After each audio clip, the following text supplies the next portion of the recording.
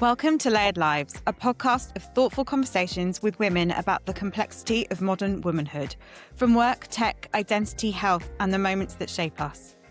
In a world full of polarised narratives, it makes time for real lives told honestly in all their layers. I'm your host, Jenny Evans, and I hope these conversations resonate and help you make sense of the complexity we're all living with. Today on Layered Lives, I'm joined by Sarah Polan, a technology leader and mother of two who has built her life across different countries and cultures. We're going to talk about motherhood, work, finances, and identity, and what it really means to live abroad beyond the Instagram cookie cutter perfection. Welcome, Sarah. Thank you for joining me. Thank you. To start off, can you just share a little bit about who you are and what your life looks like now, personally and professionally? Yeah, sure. So I guess I'm a single mother of two. I have two almost teenage girls, one's 12, one's 14, who think they run the world. What they do. They do, don't they? And they certainly will someday, that's for sure. I live in Amsterdam, but grew up in the US before not immigrating overseas to do my first master's and moved to Paris. Now in Amsterdam. Right now, I'm a consultant and working quite a bit with Red Hat, doing some digital transformations for banks and helping out on the professional services side of things for some of the larger engagements. Great. And one of the questions I was going to ask you was around what would people find surprising about yourself just from meeting you? And I think this is a really nice segue into your career beginnings, which I obviously know your backstory, but it's actually really interesting. So I don't know if you want to touch on that. What would be surprising about yourself, especially from your career? I think there are probably a couple things that I'm not even sure that you would know. Oh. Tell me. So obviously, I think one that comes up pretty frequently was I started my adult life as an opera singer. So I actually moved to Paris to become an opera singer and did some of the classical music scene there. Started working a little bit also in Amsterdam. But then also there was, for a pretty substantial amount of time, almost a year, I was actually an undocumented immigrant. So looking at, being deported, not being able to stay in Europe and actually likely having to leave my kids here when I did go. It's been, especially the last 10 years, has been really intense, but also I don't think I would give it up for anything. No, of course not. And was it what you said around your immigration status that prompted that shift into tech from being an opera singer? Because obviously it's vastly different career choices. Or was it something else? It was a little bit of everything. So during that time, I was going through my divorce, which was how I was in Europe to begin with back then. It's not even so long ago. Simply being the mother of a European citizen didn't give you the right to stay in Europe. So all of that was going on. I still wanted to have a career as a singer. And I walked into an audition one day and they had given me a really difficult piece of music to learn over the course of about a week. Did it relatively well, but clearly wasn't perfect, especially trying to manage the kids on the side. And they were really young at the time. They were probably 6 months old and about a year, almost 2. And I walked into this audition and I missed a note. And it's not anything that probably anybody would notice other than the director. And I watched her just roll her eyes at me. And I went, given the state of everything that's going on and what just happened, this feels really just out of sync. And I don't think that I want to contribute anymore to an industry that just blows things out of proportion so much and makes something so small potentially so toxic. So I decided after that audition on my walk home that I was done. I didn't want to sing anymore, that the joy had just kind of gone out of it. And if that was going to be the standard, I didn't want it anymore. So I went and started just applying to jobs, seeing what I could do. And at that point, I didn't have the right to work. I had, was undocumented American in Europe. So I didn't know what else to do. And I just said, look, maybe somebody will sponsor a visa or I don't know. No. So started applying and ended up getting a job with Nike in HR of all things. Wow. I did not know that. You were in HR as well. So if I was you in HR, yeah. HR to tech. Yeah, and weirdly was there for about 3 years as well. But that's when I started looking at some of the inefficiencies that exist within some of these really large structures and noticing that there was an entire team of people, probably about 20 people, just editing documents by hand based off of Excel spreadsheets. And I was like, well, it seems like there's something that could probably be a little bit more efficient in this. And so I looked at, different types of programming languages and how could you maybe make that easier via automation. And then at the same time was really passionate about identity because at that point I had lost all of Yeah. it. I didn't know who I was. I didn't know what I wanted to be. I was just kind of floating. And so I started working with 2 other women to create an app, or 3 other women. And we put it in for an investment opportunity, made it to the final round of a 10 million investment opportunity, and our coder dropped. She just freaked out and basically ghosted us from one day to the next. So we didn't have this opportunity. And so looking at these 2 things, the automation side of things and wanting to really create something that was going to impact people, I just decided, let's see what happens if I learn how to code. Mhm. At that point the tech industry was really rapidly expanding. And so I figured, if I can't cut it as a coder, maybe I can cut it as something else, project manager, or at least then I have this base of knowledge of kind of what seems the world is going to be founded on within the next few years. And had So, you had an interest in tech before, or was it literally like a whole new revelation to you? And you were like, this is just really fits who I am, or had you dabbled before when you were singing? No, nothing. no, nothing. Growing up, I was pretty strong in math, great at science, but everyone always saw me as the creative, artistic girl. Mm. And so Yeah. I was heavily, heavily pushed towards the arts.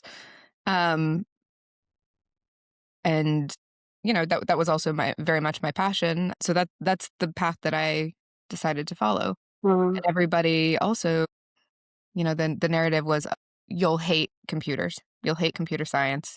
Programming's probably not for you. Do you think that's because you were a woman, or was there other reasons behind it? Because you were so creative, and I suppose it's quite unusual, isn't it, to have someone who is both scientific and analytical and creative. But maybe that is a stereotype as well. Maybe I'm just I'm promoting it.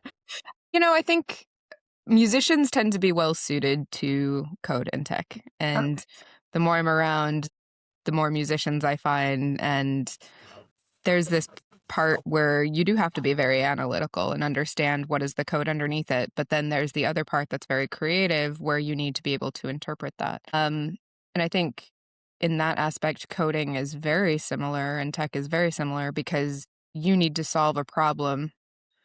So it's about creativity. How do I solve this problem? How do I get from point A to point B and make sure that the rules line up and it's not overly complicated and it's something that somebody can actually understand, in iteration 2, 3, 4. So there are a lot of commonalities to it. But no, nobody had ever said this Yeah. might be a good fit for you. I think it's the creative side of it for sure. And there's probably some of it that's, I was a girl and Yeah. especially, well, I'm not going to date myself, but at the time, STEM was not a thing for girls. I still don't think it is really enough as it should be. I mean, your 2 girls are still young. I have a young daughter as well. I don't think it's gone far enough yet.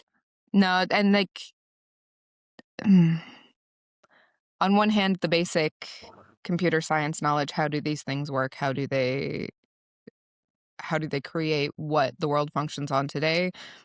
It doesn't feel like that's taught. However, if they had to hack themselves out of anything or get around any sort of security system, every comfort in the world that they would be able to get out of that. That's good. Get themselves out of trouble. And do you think like AI is going to make it maybe more accessible to everyone, and maybe shift the appeal of tech and make it less biased towards like boys and men, I suppose? Do you I think hope so. I've been playing a little bit and building again. And I've been heavily reliant on some of the AI tooling that's out there. Not because I can't do it myself, but I want to get it to market. I want to be able to deploy it as soon as possible. And if I had to sit down and make all of these decisions myself, it would take me a lot longer. And in some ways, I think if you look at the evolution of tech and how we've kind of managed it over time, AI is a really natural evolution to where we've been. So, like, if we go back to my mom's generation, for example, when she learned how to program, it was the punch cards, right? It was like the ones and the zeros and the Yep. punches, then you fed it into a computer the size of pretty much my entire house. Conversely, when I learned how to code, it was with more abstracted languages and languages that felt more natural and more human. I had to give them very explicit directions, but it was not this like, I can't tell you what something says in binary. Like, I would have no idea. So if you take that one step further and you take it to my girls' generation, this feels very much just the next level of abstraction. So instead of me having to sit down and type out code and loops and whatever else, I just tell it, what do I want that feature to look like and what do I want it to be able to hook into? Mm. It doesn't mean that I don't need to know the basics of architecture. It doesn't mean that I don't need to know how to design systems. I think it's even more important now that people understand what systems design is and how systems design works because it impacts things so much more. But I really, after having worked with it, it really just feels like it's kind of that next iteration of coding. Yeah. And I'm feeling that the skills are developing, and it's not only technical skills, but you Mhm. need better communication skills as well, is really essential with AI. So it's the nuances, because it's the prompt engineering, and that's how you're going to get the best out of it. So I think that's an interesting shift too. And maybe that lends itself more to girls and the way girls are treated and taught at the moment, rightly or wrongly. So I'm hoping it does become more accessible to people and more appealing. Maybe. Yeah, I would love to. I would love to see that because I think there's so many people in this world who have so many ideas and so many valid ideas that can drive society forward or really change how we look at the world. It's a shame that the reason they can't get there is because nobody sat down and taught them how to code. So if this opens that opportunity up, I'm all for it. I think it's a great and to have more diversity within the ecosystem. I'm really hopeful too that changes a lot in terms of, what my girls see in the future, but also what's available to everyone. Yeah, definitely. And I think, like, I'd really also like to pick into, you've obviously worked your way up. We've spoken about your career, and now you're in a leadership tech role. Mhm. So how, going back to how things are today, how has how has your role as a woman impacted the way your career trajectory has gone? And what else needs to still change in tech for women in order to get to leadership? And what's your experience been, and what advice can you give? Mhm. I'm really fortunate, or I feel really fortunate, and it really sucks that I have to say this, Mhm. but I no longer feel like I have to prove myself in every room that I walk into. It's now accepted that if I walk into a room, I'm treated as the subject matter expert. That hasn't always been the case, and especially when I began my leadership journey. I remember when you and I had just started working together, it it felt like a battle. I would go into a room with like a sales manager, and the automatic tendency would be to address them, the male in the room, as the subject matter expert. And they would just look at me and go, "I don't know, you have to ask her." And it was kind of it became a running joke within at least my team, "Well, how technical are you?" Mm. "Oh, Sarah, are you even technical?" And for them, it was a way of, lifting me up and saying, "This is really stupid that people are asking you this question." But, I saw another friend of mine, also leadership. She's written books. I mean, like, come on. And they told her the other day, "Well, you're not really technical, are you?" And there's this assumption that because we're in leadership or because we're women, I don't know, that we're we're not as technical as our male counterparts. And we may not approach that in the same way, but there's a very similar base of knowledge. And I think, particularly for me, that continued education over time and making sure that I'm current with the market and understand how do all of these things fit together is really important. Right now, I'm coding on a daily basis, but during times where that's not the case, I still keep informed in terms of how does this work? What are the pieces that come together to make this happen? From an engineering perspective, what's necessary so that I can be sure that I'm asking the right questions? Because it makes me an inefficient leader if I don't have that base of knowledge. Yeah. But I really just, oh, it irks me when people assume that because I look a certain way or I don't fit a certain mold or a certain stereotype that, I'm not the Competent. subject matter expert in the room, yeah. Absolutely. And I think this affects women in all different areas of their life. It's not just work, unfortunately. But you said that you feel like you don't have to prove yourself anymore. Is that because you're seeing a true cultural shift, or is that just because you now have so much experience and because you are like deliberately coding every day that you feel that kind of bridges that gap, which is not right, but I'd be interested to know what you think, why that is, why you do think that you are now being taken seriously. Uh, I think a lot of it has to do with network. I've now Mhm. been around and at the table long enough that I've gained my credibility in the industry, particularly so within, like, financial services and within the world of, like, automation and platform engineering. But, it's been hard work. It's been deliberately building up my network. Who am I connected to? Making sure that the connections I have are high value, even if there aren't so many of them, and being really deliberate about how I build that network. The podcasts, the YouTube videos. If somebody looks me up online, is there enough content there? And is the content good enough that they're going to take me seriously if I walk into a room? So based off of all of that, now I've been able to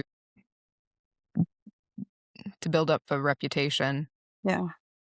But I'm still hyper aware of if I say I'm going to deliver something, I have to deliver that thing. Because if it fails once, okay, maybe I get a pass.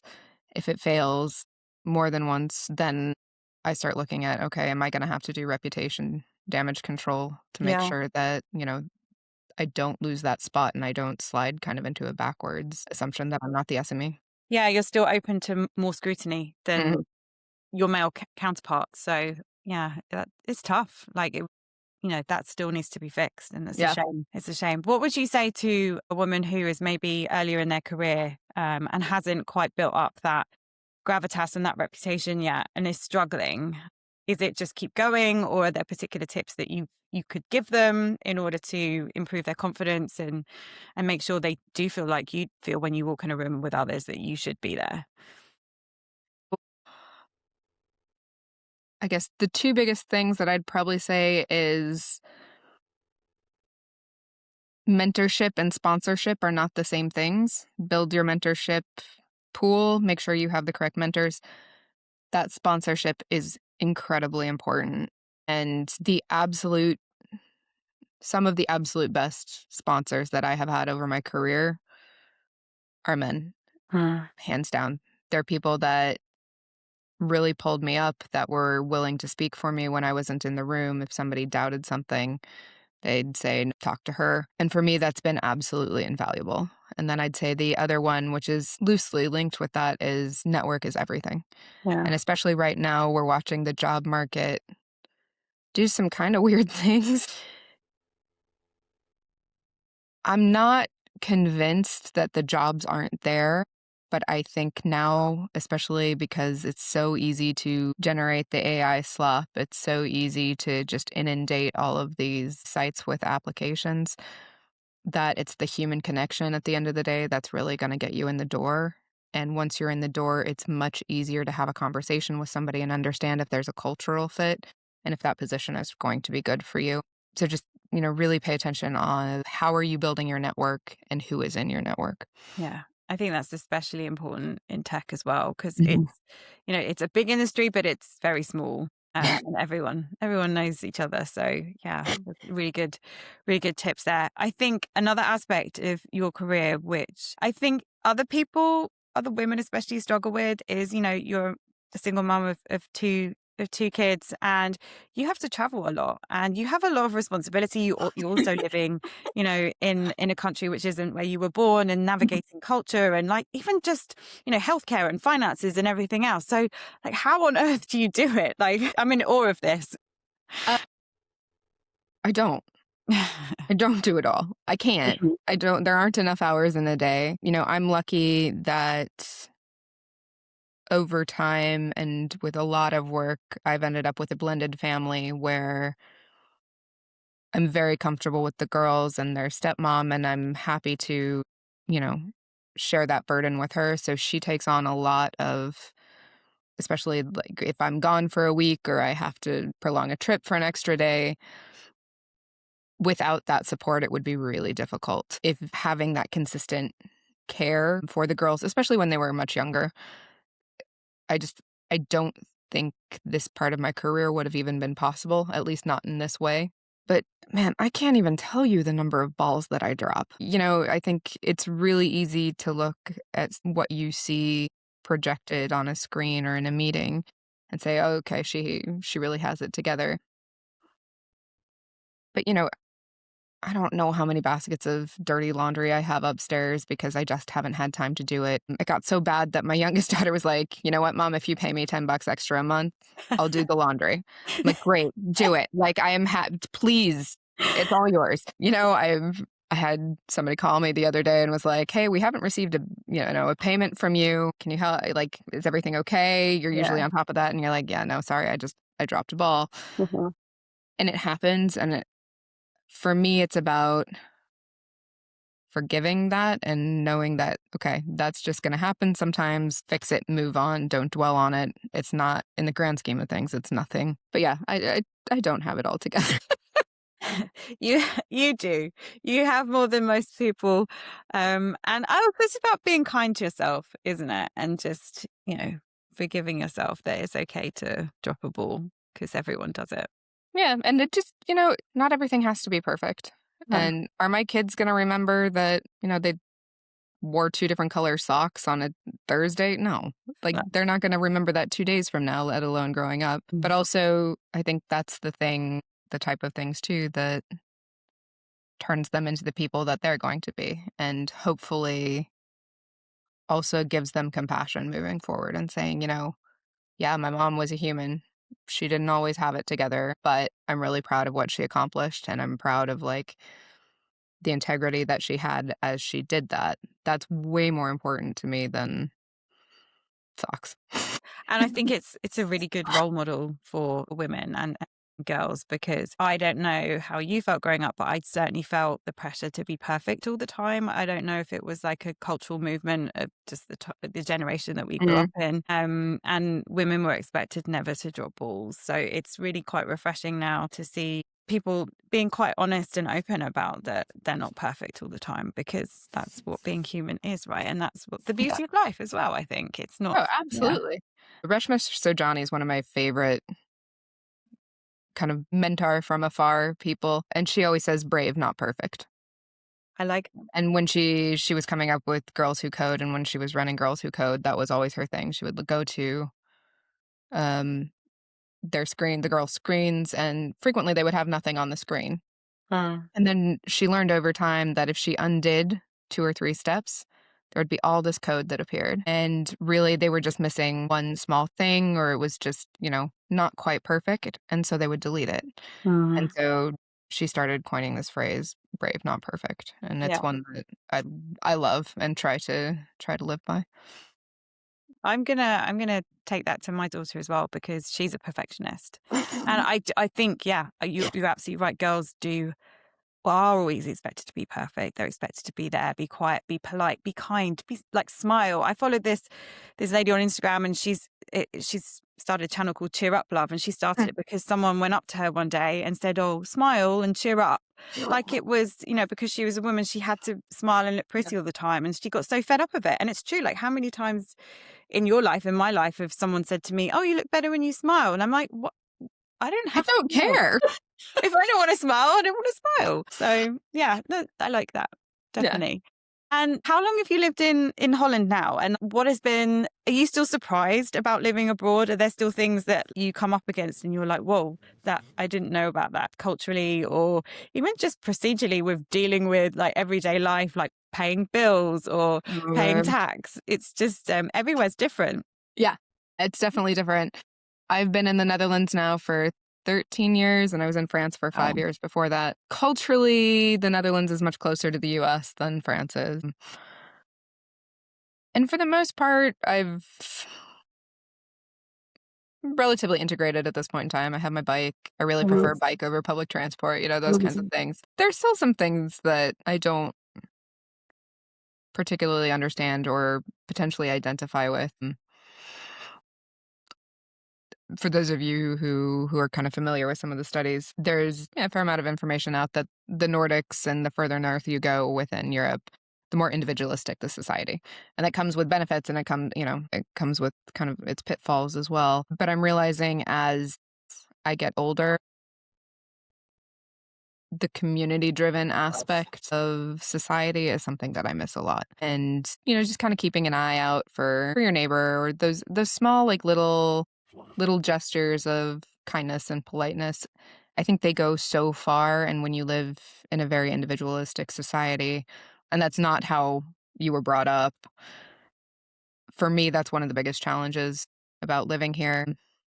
And then, just stupid things like when you're American, you always have a tax liability to the US. Great. But, technically I pay taxes here, except for a few weird things like capital gains, and those still all go to the US. And so trying to navigate all that, and sometimes you'll get hit with a tax bill or a fine or something, and you're like, I just don't understand where this is coming from. And that's actually what I've been coding lately is, as an American expat, how do you track all of these things? And especially if you've lived across several different countries, it's really difficult to keep track of, what are my rights? What do when I retire, where does that come from? Do I have anything? And making sure that I can plan and feel like I have some control over that outcome over time as well. And I think things like this aren't spoken about Mm. because maybe people think, oh, it's a bit boring, and you just want to get swept up in the excitement of living abroad and experiencing a different culture. But they're very practical things that have massive implications for your entire life. And like you said, like even thinking about your pension and what impact Mhm. that's going to have. Yeah, it might be 30, 40 years away, but you still have to, deal with it and think about it. So what kind of coding projects are you working on, if you can share any Yeah, of course. more? So I'm really trying to give more visibility to financial planning and understanding of what goes into creating your pension, or I guess what I have never known over the years is what an impact that can be. And because I've lived across different countries, it makes it really challenging for me to actually understand what are my rights, or, what treaty goes with which treaty, and then trying to decide, if I decide to move on from the Netherlands, what does that look like? And what's the impact going to be on me financially if I decide to do that? And these are all things that growing up in a very modest family, I never had any exposure to. And especially I think as a woman, really had no idea about how do I handle my finances and how do I make sure that I have that security when I want to retire or later in life or buy a house. And it's really something that I wish I had learned a lot sooner in life and had the tools to be able to look at the broader picture to be able to do that. So I decided to solve the problem for myself. Yeah, And so that's the latest coding project. Um, yeah, and hopefully we'll be able to launch it and deploy it soon. that'd be brilliant. Can't wait. I can't wait to be out there and other people can use it and learn from it. So I think we can start wrapping up, but thanks for your great insights. It's been brilliant to talk to you. But if you could share one Mhm. reflection with your younger self based on the journey of your life so far, what would that be?